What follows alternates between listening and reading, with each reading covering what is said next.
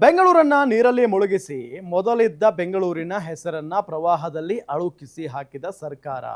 ಬೆಂಗಳೂರಿನಿಂದ ಅತ್ಯಧಿಕ ತೆರಿಗೆ ಪಡೆಯುವ ಸರ್ಕಾರ. ಕಳೆದ 2 ವರ್ಷದಿಂದ ಮಳೆ ಪರಿಹಾರಕ್ಕಾಗಿ ನಮ್ಮ ಸರ್ಕಾರದ ಅವಧಿಯಲ್ಲಿ ನೀಡಿದ್ದ 2,000 ಕೋಟಿ ಹಣ ಬಿಡುಗಡೆ ಮಾಡಿಲ್ಲ ಸರ್ಕಾರ.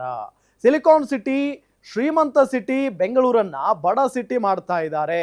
ಬೆಂಗಳೂರನ್ನಾಗಿ ಮಾಡಿದೆ, ಇದು ಅತ್ಯಂತ ಖಂಡನೀಯ.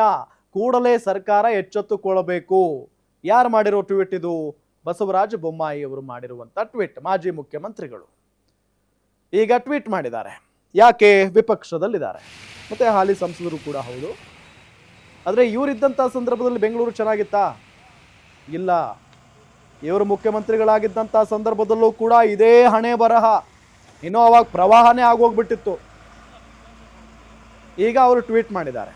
ಇವರು ಅಧಿಕಾರದಲ್ಲಿದ್ದಾಗ ಕಾಂಗ್ರೆಸ್ನವರು ಟ್ವೀಟ್ ಮಾಡಿದ್ರು, ಇದೇ ರೀತಿಯಾಗಿ ಹೇಳಿಕೆಗಳನ್ನ ಕೊಡ್ತಾ ಇದ್ರು. ಅಯ್ಯೋ, ನಾವು ಅಧಿಕಾರಕ್ಕೆ ಬಂದ್ಬಿಟ್ರೆ ಬೆಂಗಳೂರು ಹೆಂಗಿರುತ್ತೆ ಗೊತ್ತಾ, ಸಿಂಗಾಪುರ್ ಮಾಡ್ಬಿಡ್ತೀವಿ ಅಂತಿದ್ರು. ಮಳೆಗಾಳಿಗೆ ಅಲ್ಲಲ್ಲಿ ಮರಗಳು ಬಿದ್ದಿವೆ. ಮಾರಥಳ್ಳಿಯಲ್ಲಿ ಬೃಹತ್ ಮರ ಬಿದ್ದಿದೆ.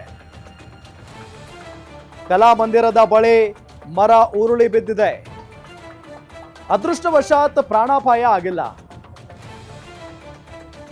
ಮರ ಬಿದ್ದು ವಾಹನ ಸವಾರರು ಪರದಾಡ್ತಾ ಇದ್ದಾರೆ. ಶೀಘ್ರವೇ ಮರ ತೆರವುಗೊಳಿಸುವಂತೆ ಸ್ಥಳೀಯರು ಮನವಿಯನ್ನ ಮಾಡಿಕೊಳ್ತಾ ಇದ್ದಾರೆ. ಮಳೆ ಗಾಳಿಗೆ ಅಲ್ಲಲ್ಲಿ ಮರಗಳು ಬಿದ್ದಿವೆ. ಇದು ಸಿಲಿಕಾನ್ ಸಿಟಿಯಲ್ಲಿ ಕಾಮನ್. ಬೆಂಗಳೂರಲ್ಲಿ ಮಳೆ ಗಾಳಿಗೆ ಹೆಂಗಾಗ್ಬಿಡುತ್ತೆ ಅಂತ ಅಂದ್ರೆ ಅಲ್ಲಲ್ಲಿ ಮರಗಳು ಬೀಳ್ತಾನೆ ಇರ್ತವೆ. ಈ ಮರದ ಕೆಳಗಡೆ ಏನಾದರೂ ಆಟೋಗಳೇನಾದರೂ ಕಾರುಗಳೇನಾದರೂ ನಿಂತಿದ್ರೆ ಸಂಪೂರ್ಣವಾಗಿ ನಜ್ಜುಗುಜ್ಜಾಗಿ ಹೋಗ್ಬಿಡ್ತಾವೆಲ್ಲ, ಜಖಮಾಗಿ ಹೋಗ್ಬಿಡ್ತವೆ. ನೋಡಿ ಎಂಥ ಬೃಹತ್ ಮರ ಅದು. ರಸ್ತೆ ಮಧ್ಯೆನೇ ಬಿದ್ದು ಹೋಗ್ಬಿಟ್ಟಿದೆ.